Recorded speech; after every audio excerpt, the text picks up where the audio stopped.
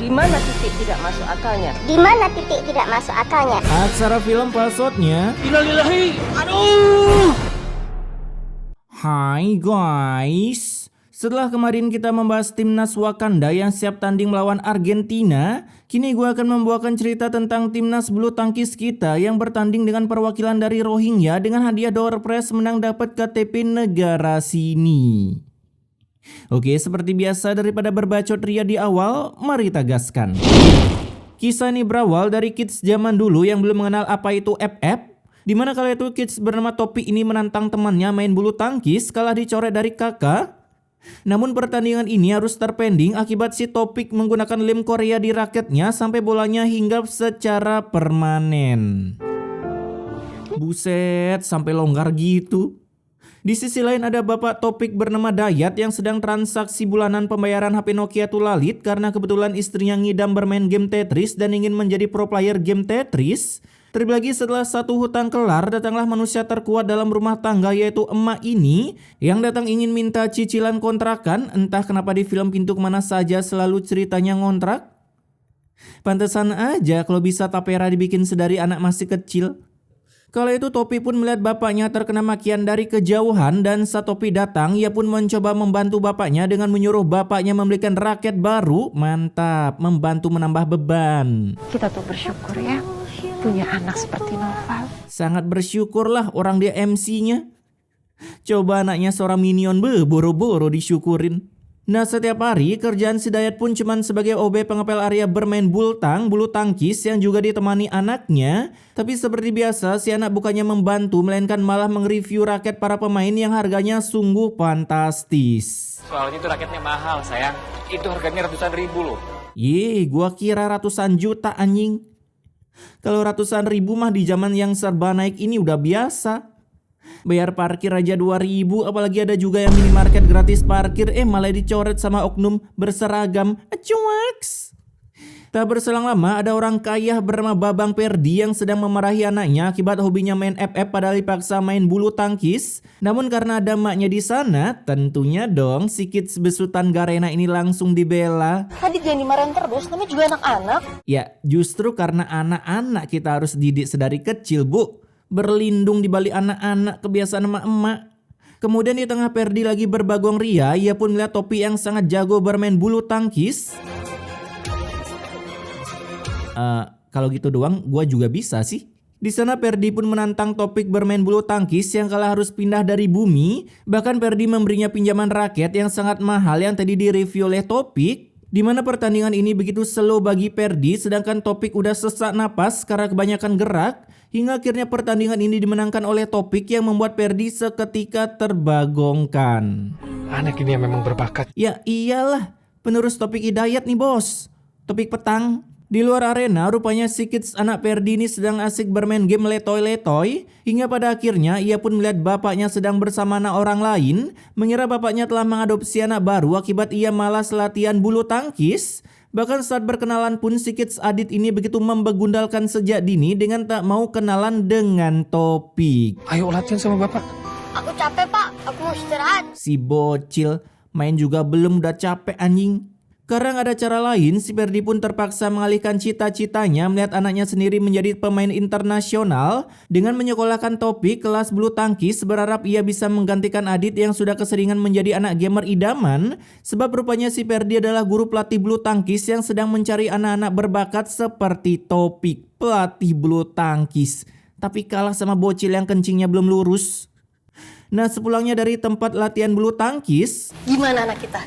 Sudah jago kan latihannya? jago bapaknya lah, kerjaan main game Stumble Guy doang.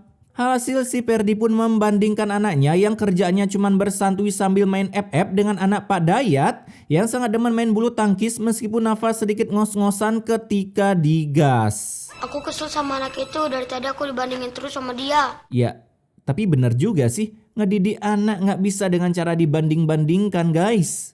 Keesokan harinya tak seperti bocil kematian pada umumnya, si Dayat pun mengajarkan anaknya untuk selalu bersedekah. Pemulung apaan karungnya bersih gini? Namun baru aja login di klub bulu tangkis, si Topi seketika terkena roastingan oleh Adit dengan tutur katanya yang penting ngomong. Kalau mau jadi pemain bulu tangkis handal, pakai raket yang mahal. Teori dari mana ini kids? Lu kira nih game pay to win? Selain Adit, emak Adit juga ikut membegundalkan dengan mendukung teori dari anaknya. Ia mengalahkan teori fisika kuantum hingga Topik pun semakin ditertawakan oleh teman-temannya. Ya elah, belagu bener lu kids. Rambut habis dipelontosin sama guru. Kala itu Topik pun disuruh baywan dengan Adit, yang dimana Adit auto semangat bahkan mengeluarkan seluruh tenaga juga bakatnya yang memang harus dipendam. Nah seperti itu contohnya. Sedikit freestyle di depan bapak. Di sana Ferdi pun mengeluarkan kata-kata yang di luar nalar yang mungkin inilah penyebab anaknya memiliki teori orang kaya seperti kata-katanya tadi. Kamu main yang bener dong. Kamu kan lihat raket yang kamu pakai itu kan raket mahal. Outfit dan alat mah nggak ada apa-apanya kalau lawannya Topik petang bos. Mendengar hal itu, si Adit langsung mengeluarkan ilmu karatenya. Hasil kini raket Topik termutilasi terbelah menjadi dua akibat bapaknya selalu muji-muji anak orang lain. Untung Topik kagak tetanggaan sama Adit cuy. Bisa auto dibakar itu rumahnya. Nah sepulangnya dari latihan baru aja mak Topik Bagong melihat raketnya yang terkena ilmu karate kelas tinggi. Datanglah seorang begundal yaitu Mak Adit yang berusaha merosting ke dark sisteman hidup di pintu kemana saja. Karena selalu pemeran utama diberikan rumah yang begitu sederhana sedangkan begundal diberikan begitu kemakmuran, contohnya dari outfit emak Adit. Bahkan pengerostingan ini berujung ancaman karena si Mak mengancam akan berbuat kebegundalan level maksimal jika besok Topik masih berani datang ke tempat latihan bulu tangkis. Sebab cuman Adit doang yang boleh mengejar mimpinya menjadi atlet sampai sembelit dan mengtititkan. Emang kelakuan orang kaya di sinetron kagak lepas dari jiwa begundal cuy. Kemudian besoknya Mak Topik pun mencoba meminjam uang ke bosnya tapi malah tak dikasih padahal cuman 50.000 doang anjing. Saya mau pinjam uang 50.000 Bu. Kalau saya bilang nggak bisa, ya nggak bisa. Beginilah bentukan bos yang tidak cocok dijadikan bos guys. Mending lu nganggur daripada punya bos kayak gini. Sedangkan Dayat, ia pun kerja freelance sebagai builder agar bisa membelikan anaknya raket yang kuat agar bisa mengcemes cangkem Adit ketika macam-macam. Alhasil Dayat pun akhirnya berhasil membelikan anaknya raket yang terbuat dari cor-coran besi bangunan. Namun baru aja check out datanglah si Mak Adit yang langsung mengambil raket tersebut dengan alasan sebagai bentuk keiriannya. Sampai-sampai dengan barbarnya langsung membuat raket itu mengalami patah tulang. Anjas, ini woman kuat juga ya, bisa bengkokin raket anjing. Kala itu si Dayat bukannya mencemes cangkem ama Adit menggunakan sisa-sisa kekuatan raketnya, melainkan ia cuman bisa AFK. Bagong tak kuasa menahan peran kemiskinan ini. Apalagi Dayat tahu jika melawan orang kaya maka akan berujung meet and greet dengan keadilan. Cuaks di Wakanda ya, Wakanda. Nah malam harinya Topik pun udah kagak sabaran ingin mencoba raket baru yang diiming-imingi oleh bapaknya. Si Dayat malah memberikan raket patah tulangnya itu hingga membuat senyum Topik seperti ingin kembali ke dalam rahim mamanya, lalu sengaja kalah dengan pesaing calon anak yang lainnya. Terlebih lagi saat emaknya datang, ia juga gagal mencari pinjaman karena kagak ada minion yang mau memberikan sedekahnya. Ya elah, beli raket ratusan ribu doang. Reno aja nguli di pasar bisa ngasilin jutaan. Masa kalah sama Reno kids? Tapi rupanya kelebihan Topik bukan seperti Reno yang kuat menjadi pembanting tulang sejak dini, melainkan kelebihan Topik sungguh kreatif karena gila sih ini. Aku bisa buat raket dari kayu kok. Mantap. Itu bagaimana ceritanya bikin kayu jadi bulat anjing? Ya kali raket bentukan kotak kayak pala dudu. Malam itu juga mereka berdua pun mulai membuat raket dari kayu yang hasilnya begitu GG gaming. Buset dah. Itu cara buat bulat kayak gitu gimana? Lebih bagus ini ketimbang raket besi. Sedangkan untuk sepatu Topik yang udah memiliki cangkem, emaknya pun terpaksa hanya menambalnya doang memakai lem Korea agar cangkem sepatunya bisa ditutup permanen. Seperti realita di Wakanda ya. Cuman bedanya di Wakanda namanya uang tutup cangkem. Cuaks. Nah keesokan harinya baru aja Topik datang, ya udah terkena cacian oleh para barudak begundal di sana karena memakai raket kayu padahal raket nyamuk cuman 50 ribuan doang. Dimana meskipun Ferdi sempat menyuruhnya memakai raket yang ada di sana, si Topik malah menolak dengan alasan karena raketnya terbuat dari cinta yang dibesarkan dengan sepenuh hati. Emang kecap bangau. Kala itu terjadilah sparring antar Adit versus Topik yang disaksikan langsung oleh Avatar yang sedang pemanasan. Namun baru aja main, Kamu curang ya? Gimana ceritanya main bulu tangkis curang kids? Di sana Adit pun berusaha kembali menggeprek raket Topik hingga berujung dirinya yang kegeprek ke bawah dan harus dibawa ke rumah sakit. Di mana saat di sana datanglah Mak Adit yang berbacot ria sehingga Ferdi langsung menyuruh Topik untuk pulang duluan daripada dengerin bacotan kagak bermutu. Lebih baik kamu pulang ya. Pulang duluan? Naik apaan weh? Dia kesana aja numpang sama lu bang. Sesampai Topik di rumah yang perjalanannya sampai larut malam, ia pun mencurahkan isi unek-uneknya ke bapaknya akibat tadi ia dituduh telah mencelakai Adit, namun si Dayat hanya bisa berkata yang sabar doang sebab susahnya mencari keadilan bagi kita rakyat jelata kalau di sinetron. Disclaimer dulu nih ya, di sinetron. Kalau aslinya mah keadilan pasti merata, nggak mandang miskin kaya, ya nggak guys? Dimana Broja menyuruh sabar, besoknya si Dayat benar-benar diuji kesabarannya karena saat seorang mama tak sengaja menjatuhkan dompetnya, Mak Adit pun langsung mengambilnya dan menaruhnya di tas si Dayat. Sehingga saat Dayat mau pulang, Mak Adit pun merekomendasikan suaminya untuk mengecek tas Dayat. Sampai akhirnya si Dayat telah dikira ngemaling dompet seorang minion dan berujung penghakikannya sebagai builder pembersih daki-daki kuman di lantai. Tempat seelit ini masa kagak ada CCTV, rugi kali bikin usaha. Di sisi lain sebelumnya Topik dari sekolah ia pun terbagongkan melihat bapaknya malah AFK dan bukannya kerja. Kala itu Dayat pun menjelaskan kalau dirinya udah akibat dituduh ngemaling. Hasil cangkem Topik seketika multi bapaknya seperti kata-kata bapaknya kemarin malam dengan menyuruh bapaknya untuk bersabar. Mamam tuh sabar. Emang kebiasaan orang tua turun-temurun ke anaknya cuy. Tapi SD macam apa ngasih muridnya pakai rambut selebat ini anjing? Selain bapaknya dipecat, kini maknya juga ikutan nyusul karena telah menjatuhkan pas bunga seharga kelawakan di negeri ini.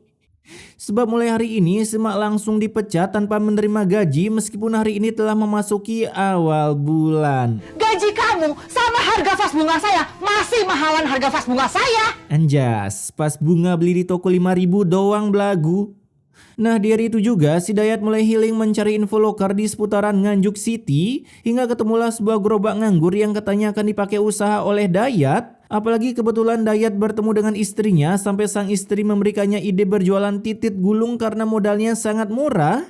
Jadinya mendengar itu besok Dayat auto berjualan keliling yang target pasarnya adalah para bocil Genshin Impact yang HP-nya meletup karena kebanyakan main. Sedangkan istrinya kembali menekuni loker sebagai pembantu dan tukang setrika panggilan. Anjas, setrikaan kayak punya gua lagi.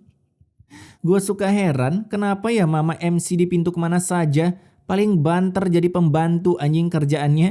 Ini jangan-jangan mereka nikah pas belum tamat sekolah ya sampai susah banget nyari info loker. Atau info lokernya aja yang terlalu banyak persyaratan tapi gak berani ngegaji gede. Cuaks. Kemudian 2 bulan pun berlalu, akhirnya mereka bisa membayar kontrakan sampai membuat emak entitas paling galak ini ketika menagih uang kontrakan jadi kalem lempem. Bahkan emak ini pun mengeluarkan tutur yang sangat langka dengan berkata seperti ini. Telur gulungnya saya borong ya. Kapan lagi kan lihat emak-emak penagih kontrakan borong jualan orang? Biasanya aduh cangkem mulu kerjaannya. Kala itu si Dayat pun disuruh oleh istrinya beli raket di pasar, biarin emak-emak kelaparan ini istrinya yang ngurusin. Namun Broja full senyum udah punya uang buat beli raket, terjadilah adegan penabrakan oleh minion yang selalu berkata hobi kami mahal, hingga membuat Dayat tepar meskipun tak ada luka sama sekali, dan yang lebih membagongkan daripada nggak ada noda membandel di kepala. Aduh. Saat ini kondisinya kritis, Bu. Kritis anjing, itu luka kena ilmu tenaga dalam atau bagaimana? Di sana Dayat pun mengucapkan pesan immortality-nya sebelum terakhir dilihatnya akan dicabut oleh sutradara alias Mending Soy, di mana ia menyuruh Topi agar menjadi pemain bulu tangkis top global, kalau bisa top galaksi yang siap bertanding ke Mars bahkan Jupiter sekaligus. Dan setelah mengucapkan pesan tersebut, akhirnya notifikasi penelitian nyawa pun telah masuk ke otak si dokter kematian. Karena saat mengecek nadi Dayat, ia pun disuruh berkata seperti ini. Dokter, suami saya kenapa dokter? Pak Dayat sudah meninggal. Itu minimal cangkemnya jangan mangap gitu lah bang. Di sana tentunya Topik bahagia tapi pura-pura sedih karena mulai sekarang Sima akhirnya menjanda dan siap mencari lembaran baru yang tentunya harus lebih mapan ketimbang suaminya yaitu Dayat bin Sarman. Apalagi baru aja dimakamkan, datanglah seorang begundal gandul yang menceramahi Topik dengan kata-kata yang tidak cocok sebagai penceramah. Gara-gara kamu ngotot buat main bulu tangkis, bapak kamu gak ada. Andai Topik kagak hobi bultang, mungkin bapaknya kagak sampai ke pasar beliin raket terus wastet ketabrak. Nah, baru aja Sari Wasted, kini si Topi harus menggantikan peran bapaknya akibat simak lagi scroll IG berharap dapat info duda nganggur dengan spek Sultan. Bahkan baru aja si kids ini berjualan. Lah, ngambil senaknya bayar si kelasnya. Emang mantep sekali calon-calon anak tongkrongan ambil gorengan 4 ngaku 1. Kala itu datanglah Ma Adit yang tak dari mana selalu beroutfit rapi ginian padahal di rumah jadi pengangguran, di mana ia langsung mengancam Topi agar berhenti bermain bulu tangkis atau bulunya akan ditangkis ketika udah besar nanti. Bulu apa tuh? Alhasil mendengar itu Topi langsung pulang dan kejadian ini dilihat oleh Perdi, tapi bukannya menanyakan kenapa Topi menangis. Yang ada ia malah menawarkan topik untuk mewakilkan kelasnya untuk bertanding melawan timnas Tadika Mesra yang diketuai oleh Esan. Bahkan di sana Topi juga diberikan raket peninggalan Tok Dalang yang berkhianat dengan negaranya sendiri, sehingga mendengar itu Topi auto full senyum dan akan berusaha sampai titik darah penghabisan mewakilkan sekolahnya. Namun besok baru aja OTW ke arena Bultang, datanglah begundal ini yang mendorong Topik sampai nyungsep di beton, sebuah jalan yang duitnya sebagian besar terkena korupsi oleh Shinobi Konoha, sampai si Topi berakhir dirawat di rumah sakit oleh dokter kematian. Sudah ku bilang rakitan badan manusia di sinetron terbuat dari platisin anjing. Karena kejadian ini si Topi pun terpaksa digantikan oleh Adit. Ya elah, Adit bisa apa? Paling juga login FF sebelum tanding bukannya pemanasan. Kamu kalah jauh sama lawan kamu. Adit, udah paling bener lu ketindihan Bang Sopo. Nah, karena kekalahannya, kini waktu pun meloncat 10 tahun kemudian yang entah ini penulis naskah kenapa buru-buru amat bikin cerita. Di mana diceritakan kalau Topi ini udah besar dan masih bermain bulu tangkis, bahkan ia mewakilkan Wakanda dalam ajang kejuaraan melawan timnas Rohingya menang dapat KTP negara sini. Bahkan pertandingan ini disiarkan langsung melalui TV peninggalan Belanda yang tombol-tombolnya udah kena jajah. Karena saat Perdi menonton, ia pun terbagongkan melihat Topi yang telah sukses menjadi pro player bulu tangkis. Sedangkan Adit, ya biasalah, malah cosplay jadi OB. Bisa kalian lihat kan guys, sekaya-kayanya kalian kalau kaya dari orang tua dan kalian males-malesan, ya ujung-ujungnya tetap miskin lah anjing. Kembali ke topik, kala itu ia pun berhasil mengusir Rohingya kembali ke asalnya dengan memenangkan pertandingan dengan skor 100 berbanding 2. Cupu emang. Hasil dari pertandingan ini, Topi pun berhasil meraih gelar top global pembulu tangkis yang siap menangkis segala jenis bulu sampai ke bulu jem. Sedangkan di rumah Perdi, istrinya tiba-tiba sakit di bagian dadanya yang ketika dibawa ke rumah sakit harus membutuhkan operasi besar dengan biaya yang banyak. Lalu tak berselang lama datanglah Topi ke sana sambil membawa piala hasil ceko dari keranjang kuning untuk diserahkan ke Perdi agar bisa bikin instastory pengagal Rohingya tinggal di Wakanda nih bos. Senggol dong. Kemudian akhirnya film ini bisa ditutup dengan kembalinya mereka ke jalan kebenaran. Akibat Topi mau membiayai pengoperasian istri Perdi, padahal kalau istrinya Wasted dan Perdi menduda, itu kesempatan untuk emak Topik mendekatkan diri ke Ruda Perdi. Tamat.